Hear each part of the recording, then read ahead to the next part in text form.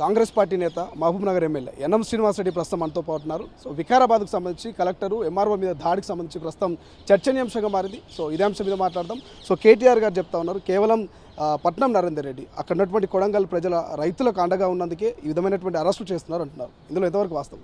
ఇప్పుడు పట్నం నరేందర్ రెడ్డి రైతులకు అండగా ఉంటే అరెస్ట్ ఏం చేయరు.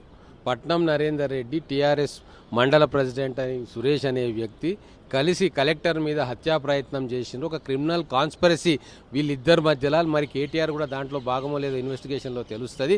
వాళ్ళు ఆ పని చేసినందుకు నరేందర్ రెడ్డి గారిని అరెస్ట్ చేసిండ్రు. ప్రజలను పక్కదారి పట్టించే కార్యక్రమం కేసీఆర్ గారు ఇప్పటి నుంచి కాదు, ఓడిపోయిన మొదటి రోజు నుంచే చేస్తూ ఉన్నాడు.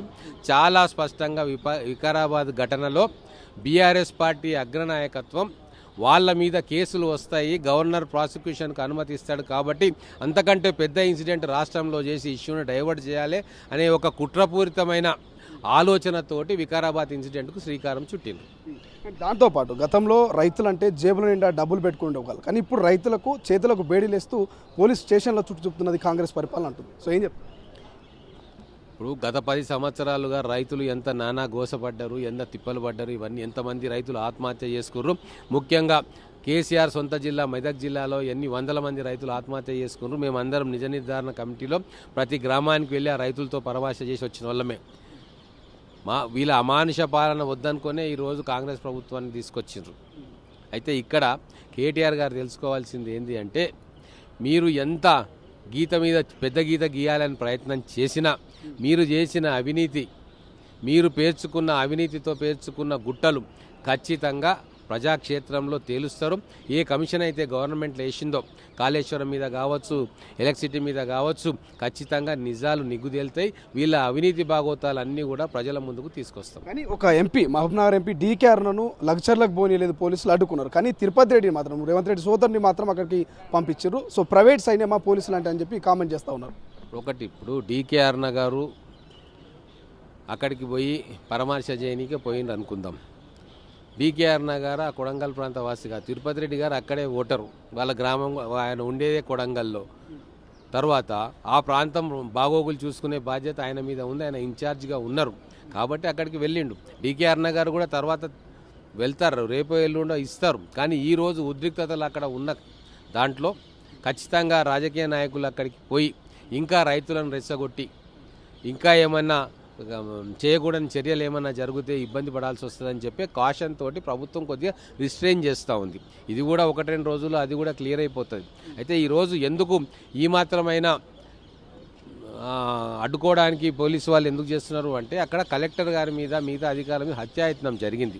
ఎవరు చేసిండ్రు, ఎందుకు చేసిండ్రు అనేది కొద్దిగా ఇన్వెస్టిగేషన్ చేయాలి. ఆ ఇన్సిడెంట్ని పక్కదారి పట్టించే కార్యక్రమం కొంతమంది చేస్తున్నారు కాబట్టి ఆ ఇన్సిడెంట్ యొక్క తీవ్రతను తగ్గించి డైవర్షన్ చేసే కార్యక్రమం బీఆర్ఎస్ నాయకులు చేస్తున్నారు కాబట్టి పోలీసు వాళ్ళు కానీ అధికార యంత్రాంగం కానీ చట్టపరంగా వాళ్ళు ఏం చేయాలనో చేస్తా ఉన్నారు. సార్ ఫైనల్ ఒక మాట, హోంశాఖ ముఖ్యమంత్రి గారి దగ్గర ఇంటెలిజెన్స్ ఫెయిల్ అయింది అనుకోవాలా, లేకపోతే ఏంటి కారణం ఏంటి?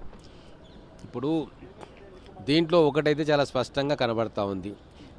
ఒక ఆలోచనతోటి, కుట్రపూరితమైన ఆలోచనతోటి కలెక్టర్ గారిని ఏదైతే నిర్దేశిత ప్రాంతం ఉన్నదో, ఎక్కడైతే ప్రజాభిప్రాయ సేకరణ జరుగుతుందో అక్కడి నుంచి ఆయనను డైవర్ట్ చేసి ఇంకో ప్రాంతానికి తీసుకుపోయినందుకు ఈ ఘటన జరిగింది. ఒకవేళ ఏదైతే ప్రజాభిప్రాయ సేకరణ ఏదైతే నిర్దేశిత కార్యక్రమంలో జరిగి ఉంటే అక్కడ పోలీసు బందోబస్తు ఉండింది, అన్ని రకాల ఏర్పాట్లు అధికారులు చేసుకున్నారు. అక్కడికి కొంతమంది రైతులు కూడా వచ్చున్నారు. అక్కడ ఇటువంటి ఇన్సిడెంట్ జరగకపోతుండే. కానీ వీళ్ళు రాత్రికి రాత్రి ప్లాన్ చేసి ఢిల్లీలో ఉన్న కేటీఆర్, కొడంగల్లో ఉన్న నరేందర్ రెడ్డి, ఆ ప్రాంతంలో ఉన్న టీఆర్ఎస్ నాయకుడు, వీళ్ళందరూ కలిసి ఒక కుట్ర చేసి మెల్లగా కలెక్టర్ గారిని ఆ ప్రాంతం నుంచి బయటికి తీసుకొచ్చారు. కలెక్టర్ గారు పాపం మానవతా దృక్పథంతో ఒక మానవీయ కోణంలో సరేలే ప్రజలు ఉన్నారంట కదా, పోయి వాళ్ళ బాధలు అడుగుదాము, వాళ్ళ కష్టసుఖాలు తెలుసుకుందాము, అక్కడ కూడా ప్రజాభిప్రాయ సేకరణ చేద్దామని ఒక గుడ్ ఇంటెన్షన్ తోటి పోయిండు తప్ప వీళ్ళు ఇంతటి క్రిమినల్స్ అని వాళ్ళకి తెలియదు కదా. కలెక్టర్ అంటే కొత్తగా వచ్చిండు అక్కడికి. కానీ ఈ బీఆర్ఎస్ పార్టీ ఏంది, దాని డిఎన్ఏ ఏంది, ఎంత క్రిమినల్స్ దాంట్లో దాగి ఉన్నారు, ఎంత క్రిమినల్గా ఆలోచన చేస్తారు మాలాంటి వాళ్ళకు తెలుసు. 20 ఏళ్ల నుంచి వాళ్ళని చూస్తూ ఉన్నాం కాబట్టి పాపం కొత్తగా వచ్చిన కలెక్టర్కి ఏం తెలుస్తుంది. కాబట్టి ఇంటెలిజెన్స్ ఫెయిల్యూర్ అని మీరు అనుకున్నా కావాలని చెప్పి ఒక వ్యక్తిని మర్డర్ చేయడానికి మభ్యపెట్టి తీసుకొని పోయి గొంతులు కోస్తారు చూడు, ఆ ప్రకారంగా బీఆర్ఎస్ నాయకులు కేటీఆర్ నుంచి కింద కార్యకర్త దాకా ఈ క్రిమినల్ కాన్స్పిరసీలో ఇన్వాల్వ్ అయిన వాళ్ళందరూ కూడా అదే పని చేసిండ్రు. అరెస్టులు చేస్తారా ఎంత పెద్దవారైనా కూడా? ఇప్పుడు పోలీసు వాళ్ళు ఎంక్వైరీ చేస్తూ ఉన్నారు.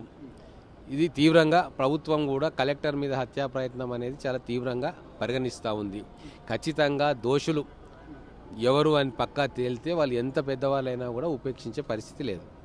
Thank you so much. ఇది మహబూబ్ నగర్ ఎమ్మెల్యే ఎన్ఎం శ్రీనివాస్ రెడ్డి క్లియర్గా చెప్తా ఉన్నారు. దోషులు ఎంతటి వారైనా ఖచ్చితంగా కఠినంగా శిక్షిస్తాము. పోలీసులు ఎంక్వైరీ మొదలు పెట్టారు. ఇప్పటికే ఎవరైతే కొంతమంది నిందితులు ఉన్నారో వాళ్ళని పట్టుకునేటువంటి ప్రయత్నం చేస్తున్నారు. పలు బృందాలుగా కొంత దర్యాప్తు చేస్తున్నటువంటి పరిస్థితి. ఖచ్చితంగా ఇప్పటికే 16 మందిని అరెస్ట్ చేశారు. ఇంకొంతమందిని అరెస్ట్ చేసేందుకు సిద్ధంగా ఉన్నారు. ఎవరైతే A1గా ఉన్నటువంటి సురేష్ ఉన్నాడో, సురేష్ పరారులో ఉన్నట్టు తెలుస్తుంది. సురేష్ను పట్టుకునేందుకు ఇప్పటికే పోలీసు బృందాలు భారీగానే గస్తీ కాస్తా ఉన్నాయి. మరోవైపు మాజీ ఎమ్మెల్యే పట్నం నరేందర్ రెడ్డికి ఇక సురేష్ అనేటువంటి వ్యక్తి A1గా ఉన్నటువంటి వ్యక్తి 42 సార్లు ఫోన్ చేశారు.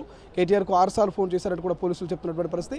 ఈ నేపథ్యంలో ఇప్పటికే పట్నం నరేందర్ రెడ్డిని కూడా అరెస్ట్ చేశారు. కాబట్టి భవిష్యత్తులో ఎవరు ఇన్వాల్వ్మెంట్ ఉన్నా, ఎవరు ఖచ్చితంగా దీనికి సంబంధించి ఒక పక్కా ప్రణాళిక ప్రకారమే ఉసగొల్పారు రైతులు అని చెప్తున్నారు. కాబట్టి సో దీని వెనక ఎవరున్నా ఎంతటి వారున్నా అరెస్టులు చేయడం ఖాయమంటూ కూడా ఎన్ఎం శ్రీనివాస్ రెడ్డి చెప్తున్నటువంటి పరిస్థితి. కెమెరా పర్సన్ అజయ్తో శ్రీశైలం, తొలి వెలుగు, అసెంబ్లీ.